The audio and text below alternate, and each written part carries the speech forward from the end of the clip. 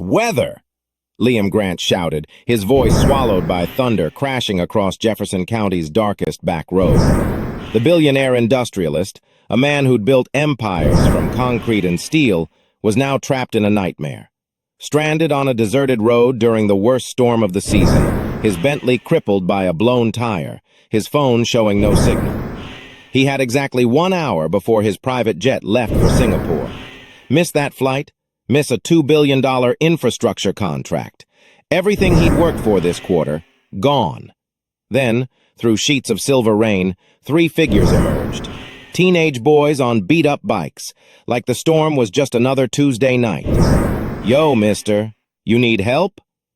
In just 15 minutes, these 3 black boys, David, Deshaun, and Kenny, had his tire changed, their hands covered in mud, their smiles brighter than his headlights. Liam reached for his wallet, pulled out hundreds in cash. They refused. "We didn't do it for money, sir. Just wanted to help." Liam watched them disappear into the storm, their laughter echoing like something he'd forgotten existed. But 24 hours later, a black limousine rolled up to their modest neighborhood, carrying something that would change everything, not just for those 3 boys, but for an entire community. Welcome, everyone, to a story that will make you believe kindness changes lives. Don't forget to subscribe to Life in Stories and hit the notification bell for more inspiring stories like this. Drop a comment below and tell us where you're watching from. We'd love to hear from you. "Damn this weather!" Liam Grant shouted, his voice swallowed by thunder crashing across Jefferson County's darkest back road.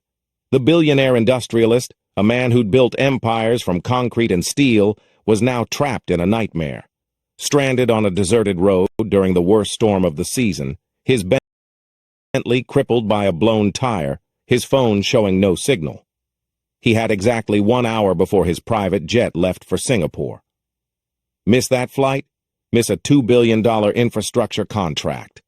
Everything he'd worked for this quarter, gone. The rain hammered the Bentley's roof like 1,000 angry fists. Each drop felt personal, vindictive. Liam sat gripping the leather steering wheel, staring through windshield wipers that fought a losing battle against the deluge. The road ahead vanished into silver sheets of water, the world reduced to darkness and rain, and the violent crack of lightning splitting the sky. He'd been returning from Millbrook, a private acquisition meeting that should have been routine. Another property portfolio, another expansion. Grant Industries would swallow another competitor, and Liam would add another 0 to his net worth. The meeting had gone perfectly. The contracts were signed. The champagne was poured. So why did he feel so empty? Then came the explosion. Boom! A sound like a gunshot tearing through the storm. The Bentley lurched violently right, throwing Liam against his seatbelt. Red warning lights erupted across the dashboard like accusations. "Tire pressure critical! Pull over immediately!" "Perfect!" Liam hissed through clenched teeth, wrestling the steering wheel as the car shuddered onto the narrow shoulder. Gravel crunched beneath expensive rims. The vehicle came to rest at an awkward angle, half submerged in roadside water that looked black as oil. For a moment, he just sat there. Rain drummed. Thunder rolled. His reflection stared back from the rearview mirror. Sharp jaw, cold gray eyes, perfectly trimmed beard now creased with irritation. Liam Grant, 41 years old, worth $3.7 billion according to last quarter's Forbes estimate. A man who controlled construction projects across 4 continents. A man who'd never changed a tire in his entire adult life. He grabbed his phone. No signal. He tried refreshing, tilting it toward the window. Nothing. The screen mocked him with its uselessness. Of course, he muttered bitterly, of course there's no signal. Liam pushed open the door and stepped into chaos. The rain hit him like a physical assault, cold, sharp, merciless. Within seconds, his tailored cashmere coat was soaked through, clinging to his shoulders like wet cement. Water filled his leather Oxfords. The wind slapped his face, carrying the smell of wet asphalt and distant pine. He popped the trunk, staring down at the spare tire and jack as if they were alien artifacts. His hands, soft, manicured, built for signing contracts worth millions, hovered uselessly over the tools. Somewhere in the back of his mind, he knew theoretically how this worked. But theory and practice were entirely different kingdoms, and Liam had long ago delegated the practical world to other people. The storm raged around him. No cars passed, no houses dotted the roadside, just endless fields swallowed by darkness, and him alone with his helplessness. This is what punishment feels like, he thought suddenly. The universe reminding me I'm not actually in control. He'd spent 2 decades building Grant Industries from a single construction crew into a multinational empire. He'd demolished competitors, absorbed rivals, calculated every risk down to the decimal point. His entire life was engineered for maximum efficiency. Every minute scheduled, every relationship transactional, every emotion suppressed in service of the next deal, the next victory, the next quarterly earnings report that would make investors salivate. But standing here soaked and stranded, Liam felt something he hadn't experienced in years. Vulnerable, small, human. Then, cutting through the roar of rain and thunder, came something impossible. Laughter. Faint at first, then growing louder. Young voices, bright and carefree, absurdly out of place in this biblical storm. Liam turned, squinting through the downpour. 3 figures emerged from the darkness like ghosts. Teenage boys on bicycles, their wheels throwing up spray as they pedaled closer. Their bikes were ancient, held together with duct tape and hope, but decorated with LED strips that glowed electric blue and neon green through the rain. The boys wore torn raincoats and soaked hoodies, water streaming down their dark faces. But they were smiling. Actually smiling. The tallest one, maybe 16 with a basketball player's build, skidded to a stop a few feet away. Rain poured off his hood and curtains. His grin was impossibly wide. "Yo, mister, you need help?" Liam blinked, momentarily speechless. Help? From 3 kids on bikes in the middle of a storm? "I've got a flat," he said slowly, skepticism dripping from every word. "But I'm fine." "I'll call—" "No signal out here," the second boy interrupted, checking his own cracked phone screen. He was shorter, stockier, with bright eyes that seemed to find humor in everything. "Trust me, we know. This whole stretch is a dead zone." The third boy, lean, wearing a hoodie with a faded basketball logo, was already off his bike, walking toward the Bentley. "We got you, mister. Won't take long." Liam wanted to protest, wanted to tell them he didn't need help from 3 random teenagers, wanted to maintain the fiction that billionaires don't accept charity from kids on beat-up bikes. But the truth was simpler and more humbling. He was desperate. "All right," he said quietly. The boys moved with surprising efficiency. The tall one, "I'm David," he said over his shoulder, crouched beside the blown tire, examining it with experienced eyes. The stocky one, Deshawn, pulled a flashlight from his backpack and held it in his mouth, illuminating the wheel well. The lean one, Kenny, grabbed the jack from Liam's trunk and positioned it with practiced precision. They worked in perfect rhythm, their movements synchronized like a dance they'd performed 100 times before. David called out instructions. Deshawn adjusted the light. Kenny wrestled with lug nuts using his hoodie as a makeshift grip, muscles straining. And through it all, they laughed. Not at Liam, not at the situation, just laughed. Like fixing a stranger's tire in a thunderstorm was the most natural thing in the world. Like kindness didn't require calculation or return on investment. Liam stood watching, rain streaming down his face, feeling something crack open inside his chest. When was the last time he'd done something without expecting payment?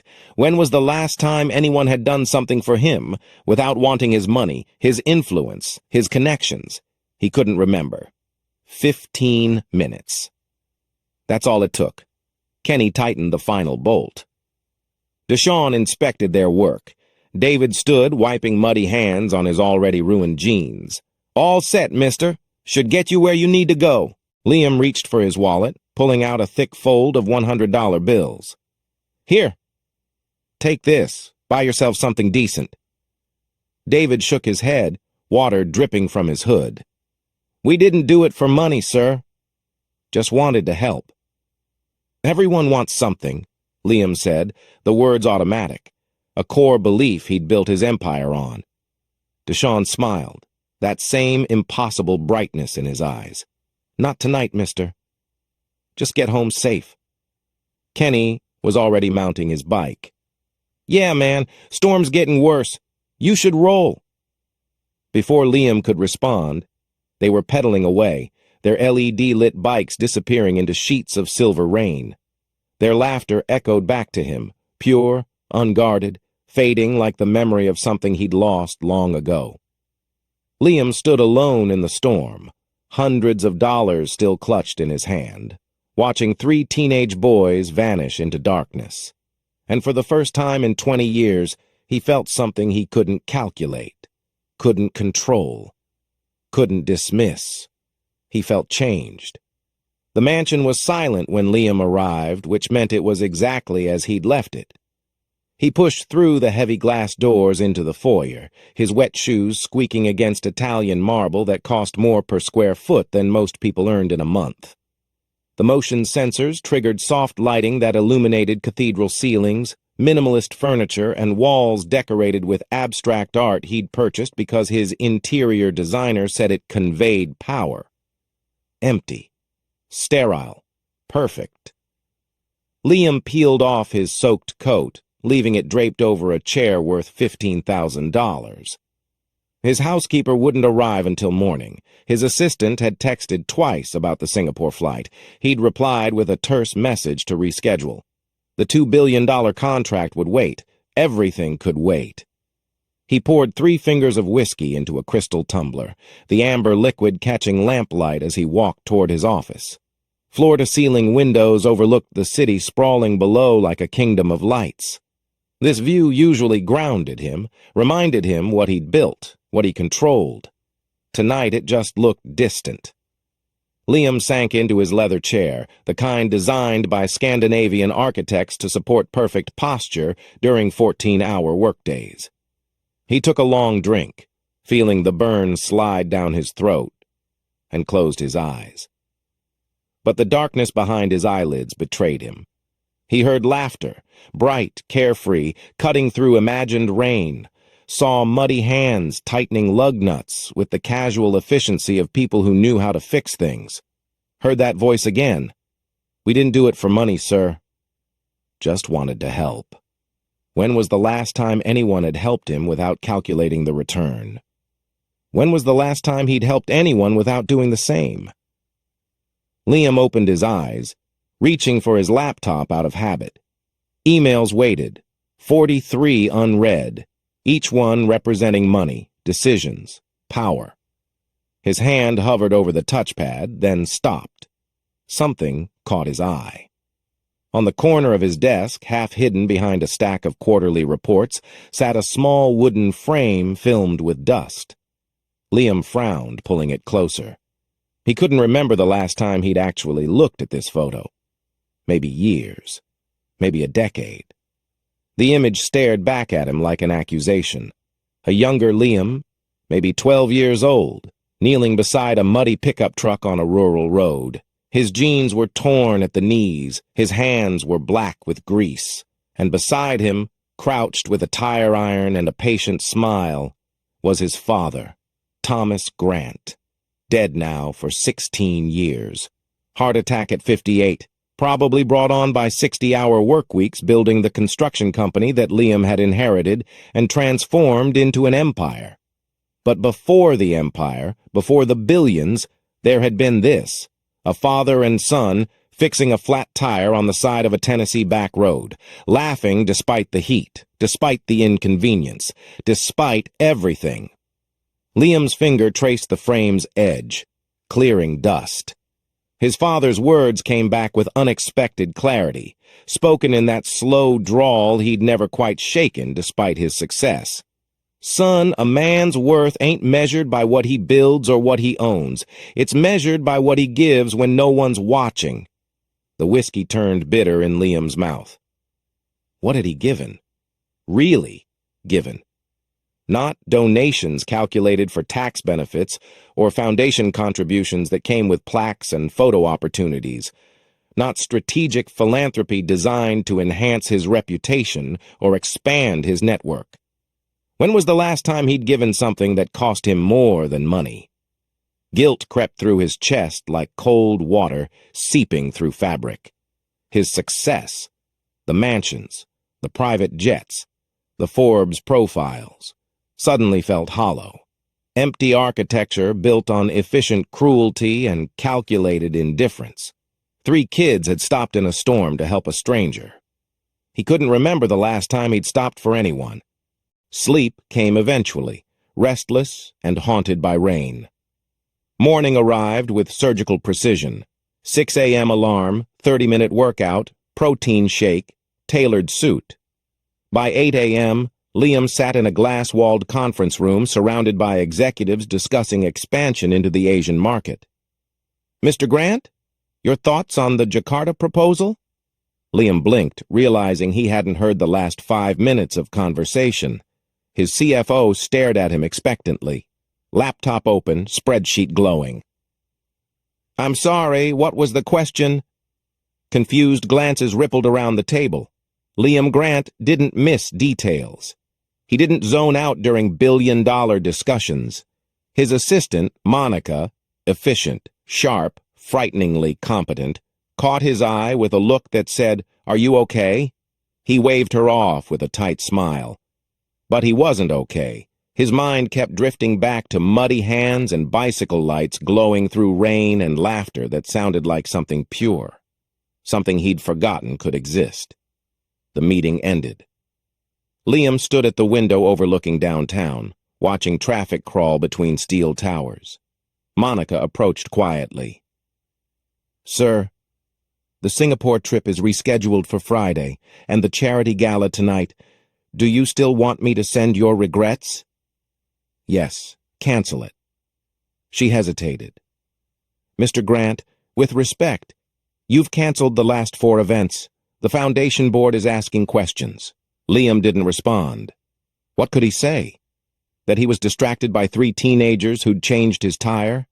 That a photograph of his dead father had cracked something open inside him that decades of success had sealed shut? "Just handle it, Monica." She left, heels clicking against polished floors, doubt trailing behind her like perfume. That afternoon, Liam drove himself home, something he rarely did anymore. His route took him through neighborhoods he usually avoided, places where Grant Industries had demolished old buildings to make room for luxury developments. At a red light, movement caught his eye. A basketball court, cracked asphalt patched with duct tape and hope. One hoop bent at an angle from some long-ago collision, its net torn and hanging like frayed rope. A dozen kids played anyway, their laughter carrying through his closed windows as they fought for rebounds and shouted celebrations for impossible shots. Their joy was defiant, unearned by any metric Liam understood. They had nothing, no proper court, no new sneakers, no promise that life would ever be easy. But they had each other. And somehow, that seemed like enough. Liam's foot eased off the brake as the light turned green, but he didn't accelerate. Cars honked behind him. He ignored them, watching a kid barely 10 years old sink a 3-pointer and get mobbed by his friends in celebration. "We didn't do it for money, sir." The memory hit him like physical impact. David's voice, Deshaun's smile, Kenny's easy confidence. 3 boys who'd given freely in a storm, expecting nothing, celebrating the simple act of helping. When was the last time Liam had celebrated something that didn't involve profit margins? A plan crystallized in his mind, not fully formed, but insistent, urgent. He needed to find them, not to repay a debt, not to assuage guilt. but because something fundamental had shifted inside him on that rain-soaked road, and he needed to understand what it meant. Needed to know if transformation was actually possible or just another transaction his mind had invented. Traffic cleared. Liam pulled over, grabbing his phone. His driver answered on the second ring. "Mr. Grant? James, I need you to find something for me." Jefferson County, last night's storm. 3 teenage boys on bicycles. Black kids, probably live somewhere along Route 47 near where I broke down. I need names, addresses, everything you can find. Silence. Then, "Sir, may I ask why—" "Just find them." Discreetly. "I don't want attention. I just need to know where they are." Another pause. "Understood, sir. I'll make some calls." Liam ended the conversation, staring at his reflection in the rearview mirror. His father's words echoed again. "A man's worth is what he gives when no one's watching." Maybe it wasn't too late to find out what he was actually worth. He pulled back into traffic, but the city looked different now, full of cracks and bent hoops and people making joy from nothing, full of possibilities he'd spent 20 years ignoring. The storm had passed. But its echoes remained, reshaping everything. The storm had passed, leaving the world scrubbed clean and glistening. Afternoon sunlight dripped through thinning clouds, casting long golden shadows across Jefferson County's modest neighborhoods. Puddles reflected sky. Birds returned to power lines. The air smelled of wet earth and fresh beginnings. On Maple Street, where small houses sat shoulder to shoulder like old friends sharing secrets, life had returned to its familiar rhythm. Mrs. Johnson swept her porch. Mr. Ray tinkered with his ancient pickup. Kids chased each other through yards still slick with yesterday's rain. And in front of a worn duplex with peeling paint and a chain-link fence that leaned slightly left, 3 teenage boys crouched around an upturned bicycle, trying to fix a stubborn chain that kept slipping off its gears. "Hold it steady," David instructed, his long fingers working the greasy links back into place. "Kenny, stop moving." "I'm not moving," Kenny protested, gripping the bike frame. "Thing's just old, man. Needs replacing." Deshaun laughed, sitting on the porch steps with a can of soda. "Everything you own needs replacing, Kenny. That bike's older than your grandma." "Don't talk about Grandma's age, fool. She'll hear you from inside and come out here with her slipper." They were still laughing when the rumble of an engine, deep, expensive, completely out of place, rolled down Maple Street. The black limousine moved slowly, almost apologetically, as if aware it didn't belong. Chrome gleamed. Tinted windows reflected the neighborhood back at itself. Curtains twitched in nearby houses. Mrs. Johnson stopped sweeping mid-stroke. The limo stopped directly in front of the duplex. David looked up, grease smeared across his cheek. "What the—" The driver's door opened first. A man in a crisp black suit stepped out, moved to the rear door with practiced precision, and pulled it open. From the limousine emerged Liam Grant, but not the Liam Grant who'd stood helpless in the storm. This version wore faded jeans and a dark red sweater that looked almost ordinary. His hair was less perfect, his face softer somehow, like sleep had finally found him after years of insomnia. He carried 3 manila envelopes in his hands. Recognition struck the boys simultaneously. "Yo," Kenny breathed, standing slowly. "That's the tire guy." Liam walked toward them, his expensive shoes crunching on gravel that probably cost less than his watch. He stopped a respectful distance away, and something like nervousness flickered across his face, an expression that clearly didn't visit often. "Hey," he said, the word awkward in his mouth, like a language he'd forgotten. "You boys got a minute?" Before they could answer, the duplex's screen door banged open. David's mother emerged first. Denise, still wearing her grocery store uniform, eyes immediately suspicious of luxury vehicles in her yard. Deshaun's mother, Patricia, appeared next door, wiping flour-dusted hands on her apron. "David?" Denise's voice carried warning and protection in equal measure. "What's going on?" Liam turned to face her, and something shifted in his posture, humility settling over him like borrowed clothes. "Ma'am, I'm Liam Grant. These 3 young men helped me last night during the storm, changed my tire when I was stranded. I just wanted to come by and thank them properly." Patricia crossed her arms, maternal radar on high alert. "That's kind of you, but you didn't need to come all this way."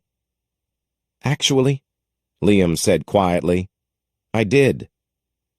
He turned back to the boys, who stood frozen in a tableau of confusion and bicycle grease. David's hands still held the chain. Deshawn had put down his soda. Kenny's mouth hung slightly open. Liam extended the envelopes. "One for each of you." David took his slowly, like it might explode. Deshawn and Kenny followed, exchanging glances that communicated entire conversations. "Go ahead," Liam said. "Open them." The sound of tearing paper seemed impossibly loud in the sudden quiet. Even the neighborhood had gone still, Mrs. Johnson frankly staring now, Mr. Ray leaning against his pickup to watch. David pulled out official letterhead, thick, expensive paper embossed with gold. His eyes scanned the words once, twice, then widened so dramatically it would have been comical in any other context. "This is—" His voice cracked. "Mom, this is a scholarship." "What?" Denise moved faster than seemed possible, reading over his shoulder. Her hand flew to her mouth. Deshawn's paper trembled in his grip. "Full tuition, room and board, books, everything, 4 years, any school I get into." He looked up at Liam like he'd appeared from another dimension. "Sir, we didn't even apply for anything." Liam's smile was small, genuine, and touched with something that looked suspiciously like relief. "You did something better. You reminded me what decency looks like." Kenny was still staring at his letter, lips moving silently as he read. "Why us?" "We just changed a tire." "You refused payment," Liam said, his voice catching slightly. "When I offered you money, you said no. Do you know how rare that is? How long it's been since anyone did something for me without wanting something back?" He paused, looking at these 3 boys who'd cracked open something he'd thought was sealed forever. "Last night I went home to a mansion that cost more than this entire street. I sat alone with expensive whiskey and realized I couldn't remember the last time I'd done anything genuinely kind. The last time I'd helped someone without calculating the return on investment." Patricia had tears streaming down her face now, one hand gripping her apron. Denise stood frozen, reading and rereading the scholarship letter like it might vanish. "My father used to say a man's worth is what he gives when no one's watching," Liam continued.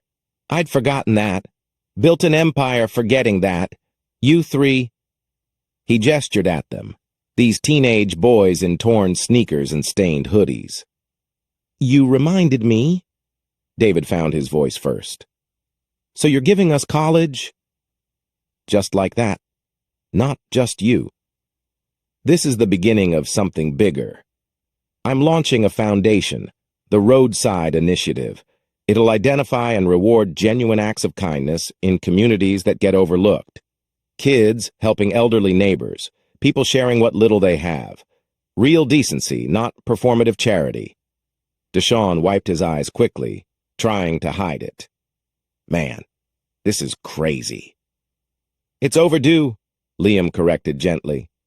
Neighbors had begun gathering now, cautious, curious, drawn by the impossible scene of a billionaire standing in their street holding conversation like an equal. Kenny's grandmother appeared in the doorway, her infamous slipper in hand, confusion written across her weathered face. Denise finally spoke, her voice thick with emotion. "Mr. Grant, this is— I don't have words. David's been worried about college, working double shifts to save— He won't need to anymore," Liam said simply. "None of them will." They earned this the moment they stopped to help a stranger in the rain. Patricia stepped forward, extending her hand. When Liam took it, she pulled him into an unexpected hug that made him stiffen, then slowly, awkwardly, relax. "Thank you," she whispered. "Thank you for seeing them." Something broke in Liam's expression, not shattering but opening, like ice cracking under spring sun. The boys looked at each other, then at their mothers, then at the letters in their hands that promised futures they'd only imagined in distant, impossible ways. "There's one more thing," Liam said, stepping back toward the limousine. "Tomorrow I'd like you all to come to the old recreation center on 5th Street, 10 o'clock. There's something I want you to see." "What is it?" Kenny asked. Liam's smile widened, genuine now, unguarded, nothing like the corporate expression he'd perfected over decades. "A surprise, a thank you. Not just for you three, but for this whole community." He climbed back into the limousine, pausing before the door closed. "You changed my life in 15 minutes. Let me try to change yours back." The limo pulled away slowly, leaving behind a street full of stunned neighbors and 3 teenage boys holding envelopes that weighed almost nothing but meant everything. Denise pulled David close, kissing his forehead despite his embarrassed protests. Patricia and Kenny's grandmother were already crying together. Deshawn just stared at his letter, whispering, "College. Actual college." The sun broke fully through the clouds, painting Maple Street in gold. And somewhere inside 3 sealed envelopes, futures rewrote themselves with scholarships and second chances, and the simple, revolutionary power of kindness repaid. Morning arrived on Maple Street with chaos disguised as celebration. News vans lined the curbs by 8 a.m., their satellite dishes pointed skyward like mechanical sunflowers seeking light. Reporters checked makeup in side mirrors while camera operators tested angles. Construction trucks rumbled past, flatbeds loaded with equipment, workers in hard hats conferring over clipboards, the organized disorder of something significant about to unfold. David stood on his porch in the nicest clothes he owned, khakis his mother had ironed 3 times, and a button-down shirt that still smelled like the store. Deshawn and Kenny arrived minutes later, equally dressed up, equally bewildered. "This is insane," Kenny whispered, watching a reporter practice her intro. "Yesterday we were fixing bikes. Today there's a CNN van on my street." "Yo, is that the mayor?" Deshawn pointed at a black sedan disgorging a woman in a burgundy suit flanked by aides. Before David could answer, the limousine returned, familiar now but still surreal, and Liam emerged wearing a charcoal suit that probably cost more than 3 months of his mother's rent. But his face wore that same softness from yesterday, that new openness that made him seem almost approachable despite the obvious wealth. "Ready?" Liam asked, walking toward them. "For what exactly?" David's voice cracked slightly. Liam's smile was mysterious, almost playful. "You'll see. Come on." They climbed into the limousine. Leather seats, bottled water with labels they couldn't pronounce, a privacy screen that seemed to separate them from the entire world. The vehicle glided through streets they'd walked 1,000 times. Everything familiar made strange through tinted windows. "Where are we going?" Kenny asked. 5th Street, Liam said simply. "The old recreation center." Deshawn frowned. "That place has been closed for like 5 years. City couldn't afford to keep it open." "Not anymore." The limousine turned the corner, and collective breath left the boys simultaneously. 5th Street was transformed. Where a decrepit building had sat boarded and forgotten, now stood something reborn. Fresh paint gleamed, bright blues and yellows that seemed to capture sunlight and multiply it. New windows reflected clouds. The cracked parking lot had been resurfaced, marked with fresh white lines. A crowd had gathered, neighbors, city officials, reporters jostling for position behind temporary barriers. But it was the sign above the entrance that stopped David's heart. Gleaming bronze letters, each one precisely placed, spelling out words that didn't seem real. The David Deshaun Kenny Center built for those who stopped to help. No way, Deshaun breathed. No way. Kenny's hand pressed against the window like he could touch the letters through glass and distance. That's our names. That's our actual names. Liam watched their reactions with something that looked suspiciously like joy. You gave me something priceless in that storm. This is me trying to give something back, not just to you, but to everyone who needs it. The limousine stopped. The door opened. The world rushed in with camera flashes and shouted questions, and the overwhelming reality of a moment too large to fit inside normal understanding. Liam stepped out first, immediately flanked by the mayor and city council members clearly informed of this event roughly 5 minutes before it began. Then came the boys, David, Deshaun, Kenny, walking into a wall of attention that made them simultaneously want to run and never leave. Their mothers were already there, corralled by Liam's assistant into a reserved area. Denise was crying before David even reached her. Patricia kept whispering, "Oh my God," like a prayer. Kenny's grandmother stood with her church group, hands raised in praise. The crowd pressed closer, neighbors who'd watched these boys grow up, teachers who'd taught them, kids who'd played basketball with them on cracked courts with broken nets. The community had turned out, drawn by rumor and social media posts and the impossible promise that something good was actually happening. Liam approached a temporary podium, microphones bristling like metallic flowers. Camera operators shifted for better angles. The crowd quieted to expectant murmurs. "Thank you for coming," Liam began, his voice amplified but somehow still intimate. "I'm Liam Grant, and 2 nights ago, during the worst storm I've experienced in years, I broke down on a dark road with no cell service, no help, and no idea what to do." He paused, letting the human vulnerability of that statement settle. Then 3 teenage boys appeared on bicycles. They were soaked, exhausted from basketball practice, just trying to get home. They could have kept riding. Should have kept riding, honestly. It was dangerous out there. But they stopped. They helped. They fixed my tire in 15 minutes, refused payment, and disappeared into the storm like it was nothing. David felt hundreds of eyes turn toward them. His face burned. "But it wasn't nothing," Liam continued, emotion creeping into his professionally controlled voice. "It was everything, because somewhere along the way to building my company, my fortune, my success, I'd forgotten what kindness without calculation looked like. I'd forgotten that not everyone wants something from you, that some people help because it's simply the right thing to do." He gestured toward the building behind him, sunlight catching the bronze letters. "Kindness doesn't need cameras or recognition or reward. These boys didn't know who I was. They just saw someone in need. The least I can do is make sure others see what kindness can build." The crowd erupted, applause rolling through 5th Street like physical force. Reporters scribbled frantically. Phones captured every angle, already uploading to platforms that would spread this moment across the country before lunch. Liam stepped back, motioning the boys forward. "David, Deshaun, Kenny, this is yours. And more importantly, it's your communities. Would you do the honors?" An assistant appeared with an oversized ribbon stretched across the entrance, comically ceremonial. Giant scissors materialized, the kind used for groundbreakings and grand openings, absurdly large in their hands.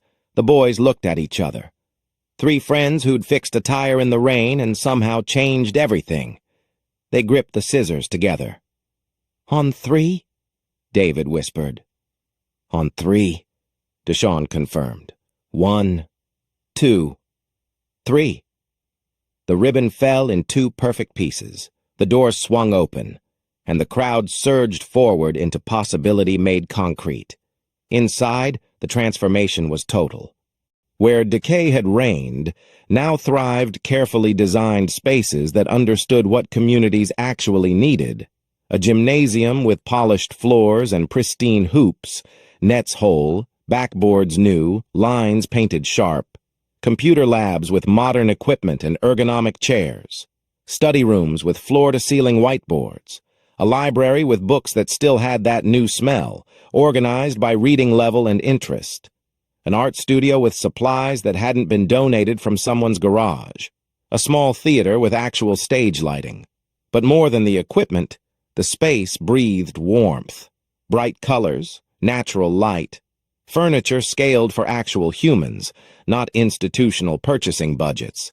Every detail screamed the same message. You matter. Your potential matters. Your dreams matter.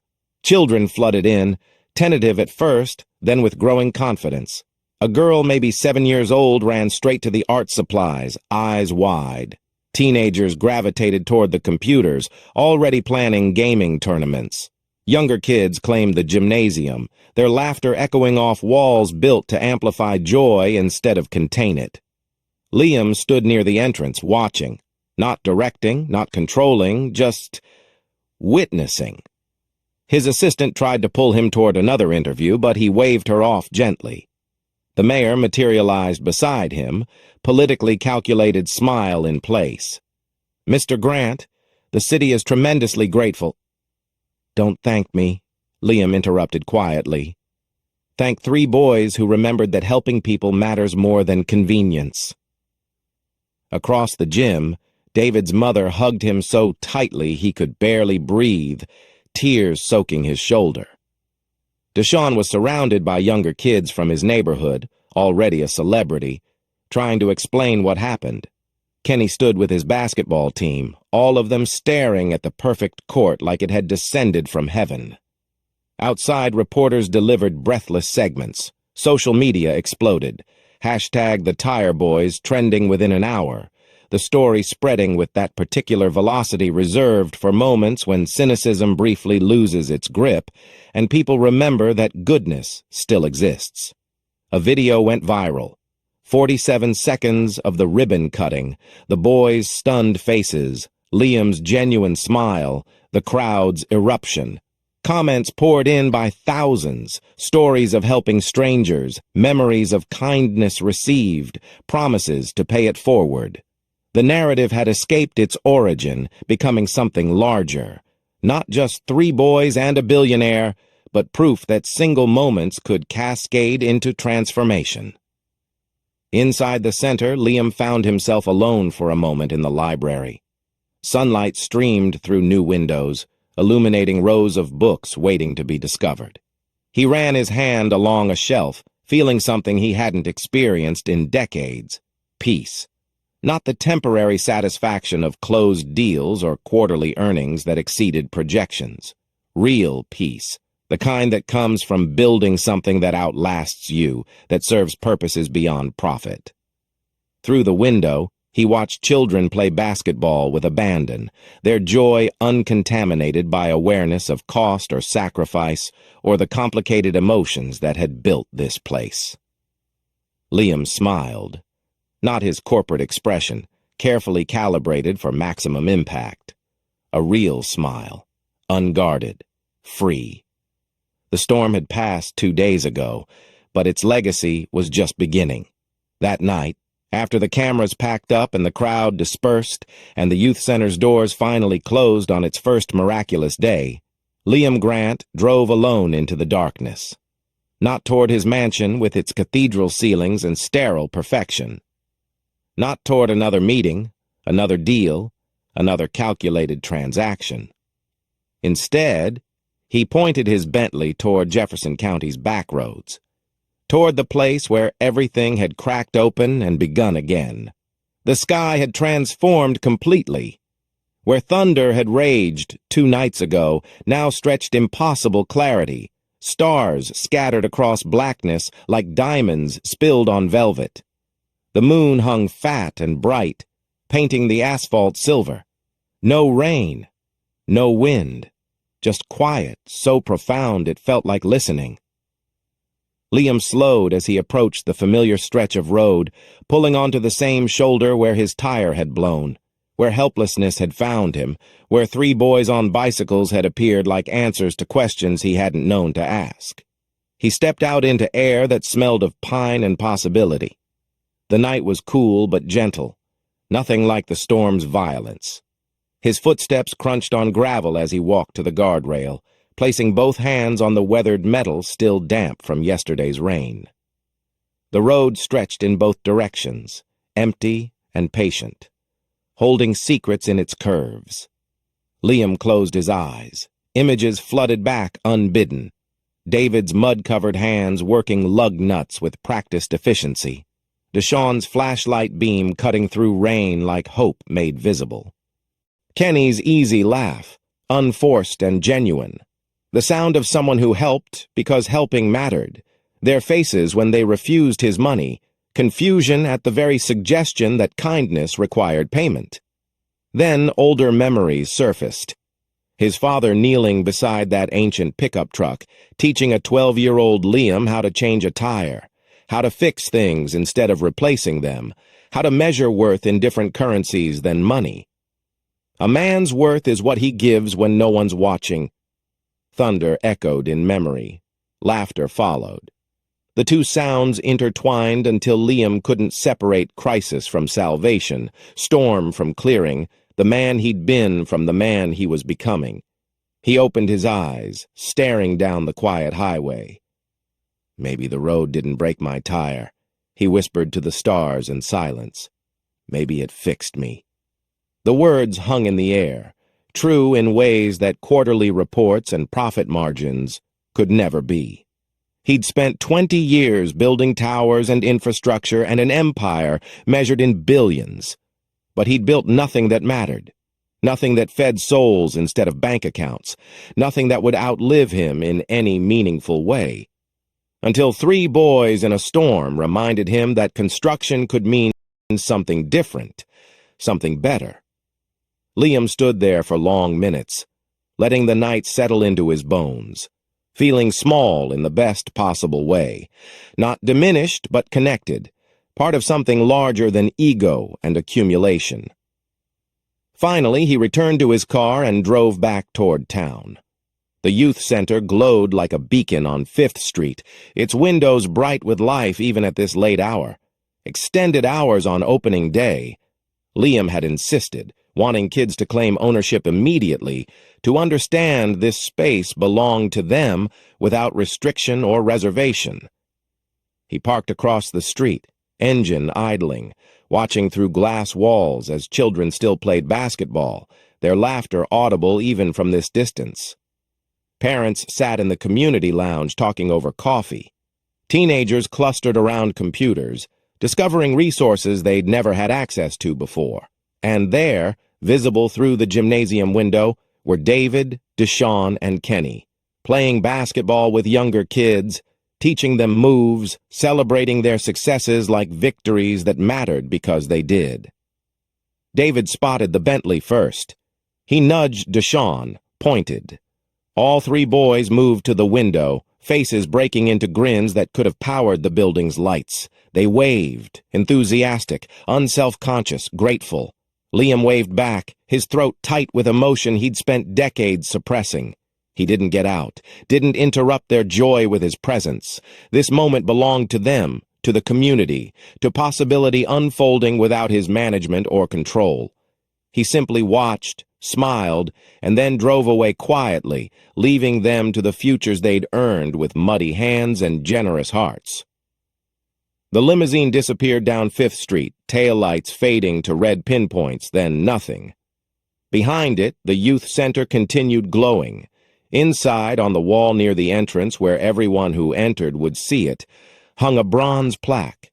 Simple, elegant, permanent.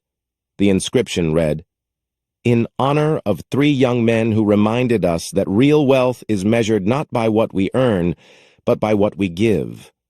Children ran past it, laughing. Parents paused to read it, some wiping eyes.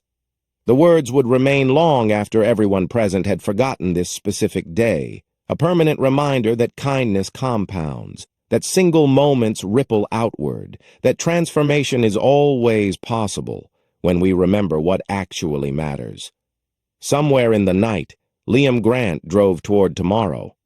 Not the billionaire who'd broken down in a storm, but the man 3 boys had helped rebuild with nothing more than decent hearts and willing hands. The road stretched ahead, dark but navigable. And for the first time in 20 years, Liam knew exactly where he was going. Thank you for watching this story. If it touched your heart, please subscribe to Life in Stories. Leave a comment sharing your thoughts or a time when a stranger's kindness changed your life. Until next time, may you both receive and offer the kindness that changes everything.